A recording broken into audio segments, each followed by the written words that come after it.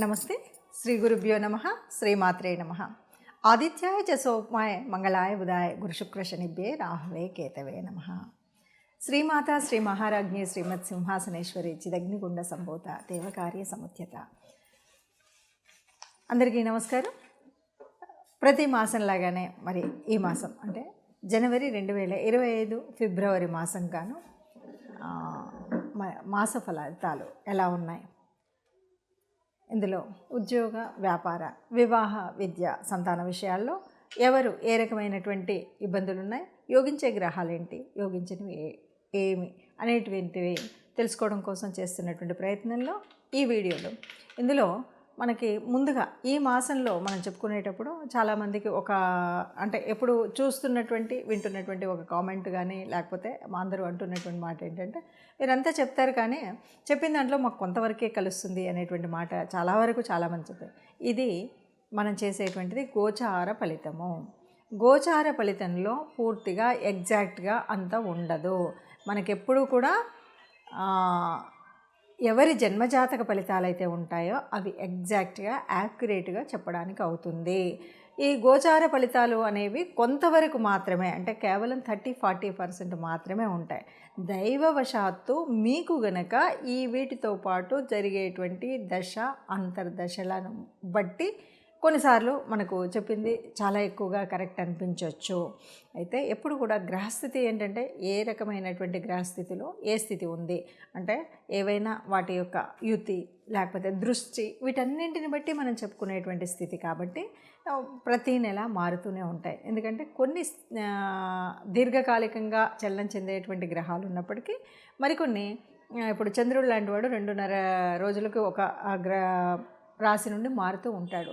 అలాంటప్పుడు మనం ఎలా చెప్పుకుంటాం అనేటువంటిది కూడా ఉంటుంది. కాబట్టి వీటన్నింటిని దృష్టిలో పెట్టుకొని చెప్పేటువంటి ఫలితాలు కామెంట్ చేసేటప్పుడు కాస్త జాగ్రత్తగా చూసి చేయండి. ఇక కుంభరాశి ఇక ఫిబ్రవరి మాసానికి గాను ముందుగా గ్రహస్థితి ఎలా ఉంది ఈ మాసానికి అనేది కనుక చూసుకున్నట్టయితే, గ్రహస్థితిలో మనకు తెలుసు వృషభ రాశిలో గురువు ఉన్నాడు, అలాగే మిథునంలో కుజుడు, ఇక కేతు రాహులు ఇద్దరు కూడా కన్యలో కేతువు, మరి రాహు మీనంలో ఉన్నాడు. ఇక మకరంలో రవి, అలాగే బుధుడు. ఈ రవి బుధులు ఇద్దరు కూడా బుధుడు 12వ తారీఖు మారుతూ ఉంటాడు, రవి 13వ తారీఖు కుంభంలోకి మారడం అనేది కనిపిస్తుంది. ఇక మరి మీనరాశి అని చెప్పుకున్నాం, అందులో శుక్రుడు కూడా అక్కడే ఉంటాడు. ఇది ఈ మాసానికి గాను ఉన్నటువంటి గ్రహస్థితి. ఈ గ్రహస్థితిని బట్టి ఏ ఏ రాశుల మీద ఏ ఏ గ్రహాల దృష్టి ఉంది, ఎక్కడెక్కడ గ్రహాల యొక్క యుతి ఉంది అనేటువంటి దాన్ని బట్టి ఫలితాలు ఉంటాయి. 2025 ఫిబ్రవరి మాసంలో ధనుసు రాశి వారికి ఎలా ఉంది అని కనుక చూసినట్టయితే, ధనుసు రాశి వారికి ద్వితీయంలో శని ఉన్నాడు. ఒక నిమిషం నాన్న.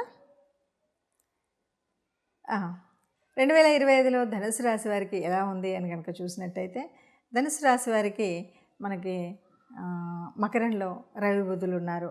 వీళ్ళిద్దరూ కూడా 12 తర్వాత మారేటువంటి స్థితి ఉంది, ద్వితీయం నుండి తృతీయంలోకి వెళ్ళేటువంటిది. అయితే ఇక్కడ ఏంటంటే కమ్యూనికేషన్ మొదటి హాఫ్లో చూస్తే ఒకలాగా, రెండవ హాఫ్లో చూస్తే ఒకలాగా ఉంటుంది.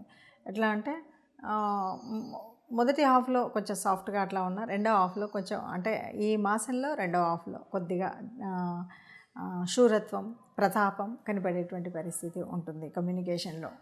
తర్వాత ఇక్కడ మనకి చెప్పాలి అంటే రాష్ట్రాధిపతి అయినటువంటి గురుడు మూలంగా ప్లస్ ఇంకా మనకి కనిపించేటువంటి రాహుతో పాటు మరి ఉన్నటువంటి శుక్రుడు వల్ల ఈ ఎక్కువగా యోగించేటువంటి స్థితి కంటే కూడా అంటే కొద్దిగా కష్టంగానే ఉంటుంది. కాకపోతే ఎప్పుడూ కూడా ధనుసు రాశి వారికి ఉండేటువంటి పరిస్థితి ఏంటంటే, ఏ గ్రహాలు ఎక్కడ ఉన్నా ఎలా ఉన్నా కూడా కొద్దిగా ఆలోచన విధానంలో, పెద్దరికంలో, ఒక పుణ్యకార్యంలో ఇలా ఉండేటువంటి వారందరికీ కూడా చక్కటి ఏ ప్రతికూల పరిస్థితులు కూడా ఏమీ చేయకుండా అనుకూలంగా ఉంటాయి. మొత్తంగా చెప్పాలి అంటే ఈ రాశి వారికి కొద్దిగా మిశ్రమ ఫలితాలనే చెప్పొచ్చు. ఒక వారం ఒకలాగాను, రెండవ వారం ఒకలాగాను, మూడవ వారం ఒకలాగాను, నాలుగో వారం ఒకలాగా ఉంటుంది. ఇదంతా కూడా మన యొక్క స్పందన మీద ప్రతిస్పందనలు ఉంటాయి అని చెప్పొచ్చు. అందుకని ఈ ముఖ్యంగా వీరికి చెప్పొచ్చేది ఏంటంటే ఈ రాశి వారికి ఆరోగ్య విషయంలో కొద్దిగా జాగ్రత్త, ముఖ్యంగా ఉదర సంబంధమైనటువంటి అంటే అన్నం తిన్నది అరక్కపోవడం, ఏ ఆహారమైనా సరే దానివల్ల వచ్చేటువంటి ఈ అజీర్ణం వల్ల వచ్చేటువంటి కొన్ని చిన్న చిన్న అనారోగ్య సమస్యలు, గ్యాస్ ప్రాబ్లమ్స్ ఇలాంటివన్నీ కూడా వచ్చేటువంటి అవకాశం ఉంది. వీటిని తట్టుకొని ముందుకు వెళుతూ ఇక ఉద్యోగ వ్యాపారాలన్నింటిలో కూడా మిశ్రమ ఫలితాలని చెప్పొచ్చు. అన్ని విషయాల్లో కూడా మిశ్రమ ఫలితాలు ఉన్నాయి. మనం చేసేటువంటి ఉద్యోగం కానీ, వ్యాపారం కానీ, మాట్లాడేటువంటి మాట తీరు కానీ, లేదు ఇరుగు పొరుగు సంబంధ బాంధవ్యాలు కానీ అందరితో కూడా కొద్దిగా మిశ్రమ ఫలితాలు ఉంటాయి. మిశ్రమ ఫలితాలు ఉన్నప్పుడు మనం గట్టిగా దాన్ని సానుకూల ఫలితంగా చేసుకోవాలి అంటే చేయాల్సింది ఏంటంటే మనం మన లిమిట్స్లో ఉండాలి. మాట్లాడేటప్పుడు చాలా ఆచితూచి మాట్లాడడం, ఏ వ్యవహారం చేసినా ఆచితూచి చేయడం, అంటే ఒకటికి 10 సార్లు ఆలోచించడం చేసినట్టయితే ఏ విషయంలోనూ కూడా ఇబ్బంది లేకుండా ముందుకు సాగే పరిస్థితి ఉంటుంది. ఏది ఏమైనప్పటికీ కూడా గ్రహస్థితి ఎప్పుడు అనుకూలంగా ఉండాలి అంటే తప్పనిసరిగా నవగ్రహ మండపానికి వెళ్ళడం, అలాగే దానితో పాటు ఇష్టదేవత ఆరాధన మర్చిపోకుండా చేయడం, అలాగే ఆరోగ్య విషయానికి వచ్చేసరికి మాత్రం తప్పనిసరిగా సూర్య నమస్కారాలు చేయడం అనేటువంటిది చేస్తూనే ఈ మాసంలో గోగ్రాసాన్ని కానీ దాన ధర్మాలు చేయడం కానీ చేసినట్టయితే ఈ సగంగా మనకు అటు ఇటుగా ఉన్నాయన్న ఫలితాలు పూర్తిగా పాజిటివ్గా ఉంటాయని చెప్పచ్చు. ఇప్పటి వరకు ఉన్నటువంటి గ్రహస్థితిని చూసాం కదా. ఎప్పుడూ కూడా గ్రహాలు మనకు అంటే కదులుతూనే ఉంటాయి. ఈ గ్రహాల మూలంగా గ్రహాల యొక్క కదలిక వల్ల కొన్నిసార్లు కొన్ని గ్రహాలు ఒకే చోట ఉండడం, గ్రహాల దృష్టి ఉండడం, అష్టమ శని, అర్ధాష్టమ శని, ఏళ్ళనాటి శని ఇలాంటి వాటివన్నీ ప్రభావాలు ఉండడం, వీటన్నింటితో పాటు మనం ఉన్నటువంటి రాశిని బట్టి యోగకారకమైనటువంటి గ్రహాలు, యోగించని గ్రహాలు, ఇలా మనం అన్నీ చెప్పుకుంటూ వెళ్తూ ఉంటాం. దీని మూలంగా కొన్ని రకాలైనటువంటి ఇబ్బందులు, కష్టాలు, సుఖాలు, జీవితం అంటేనే కష్ట సుఖాలని చెప్తూ ఉంటాం. కానీ ఈ రాశిలో మీరు చెప్పారు ఇలాగే ఉండాలి అంటే మనం చెప్పేటువంటిది కాదు. వీటన్నిటికి కూడా మనకేంటంటే కర్మ సిద్ధాంతాన్ని నమ్మేటువంటి వాళ్ళం, పూర్వజన్మ సుకృతము ఉంటుంది. దీనివల్ల మనకేంటంటే మనం పుట్టినప్పుడే మన యొక్క జాతకంలో జన్మ కుండలిలో కొన్ని గ్రహాలు చక్కగా ఏ ఏ స్థానాల్లో ఉండాలో అక్కడ ఉంటాయి. అయితే ఇలా ఉన్నప్పటికీ కూడా మారుతున్నటువంటి ఈ గ్రహాల యొక్క స్థితిగతులను బట్టి కొన్ని మార్పులు జీవితంలో ఏ నెలకన్నా ఏ వారానికి ఆ వారం చూసుకుంటూ వస్తూ ఉంటాం. ఇలా ఉన్నప్పుడు ఎలా ఉన్నప్పటికీ కూడా మనకు మంచి జరగాలి అనేటువంటిది కదా మన యొక్క ఆశ. అందువల్ల మనందరం మంచిగా ఉండాలి అనడం కోసమే ముందు జాగ్రత్తగా ఈ విషయాలు తెలుసుకుంటాం. ఏదైనా దీనివల్ల కొద్దిగా కీడుంది, దీనివల్ల ఇలాంటి జాగ్రత్తలు తీసుకోండి అని ఏవైతే చెప్తున్నామో వాటిని తూచా తప్పకుండా పాటించినట్టయితే బాగుంటుంది.